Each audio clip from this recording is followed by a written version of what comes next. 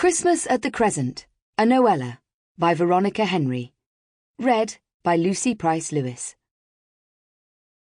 Noun, Christmas pudding, a rich steamed or boiled pudding that resembles cake. But Christmas puddings, brawn, and abundance of spirituous liquors, throwing the mental originality into the channel of nightmare, are great preservatives against a dangerous spontaneity of waking thought. Silas Marner, George Eliot. Chapter 1. At 3 o'clock on a Saturday afternoon in November, two 19-year-old Japanese girls adjusted their cameras to take account of the fading winter light. There was both sunshine and a wispy mist, so it took a great deal of fiddling until, eventually, they were satisfied enough to snap away at the magnificent sweep of houses in front of them, 20 in all. Many aficionados of Georgian architecture considered Pelham Crescent to be even more exquisite than its better-known rival, the Royal Crescent, but the fact that it was slightly away from the city centre, away from the Abbey and the Roman baths and the pump rooms, and up a fairly steep hill on the outskirts of Bath, meant only the more intrepid tourists found their way there. These two girls were such. They compared results on their viewfinders and nodded in approval.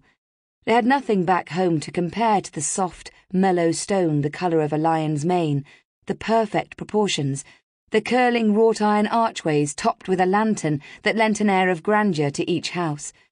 They marvelled at the symmetry, the detail, each door a buttery pale cream, for it was written in the deeds that each one should be painted the exact same shade, and the panes of glass in the sash windows that glittered in the last drops of sun.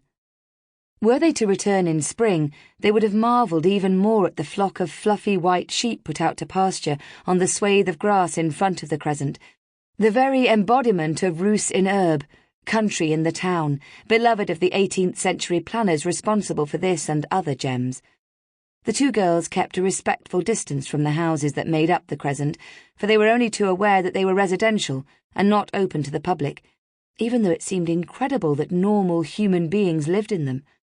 The cars outside proved this was so. Quite ordinary motors, not the phaeton or barouche one might expect.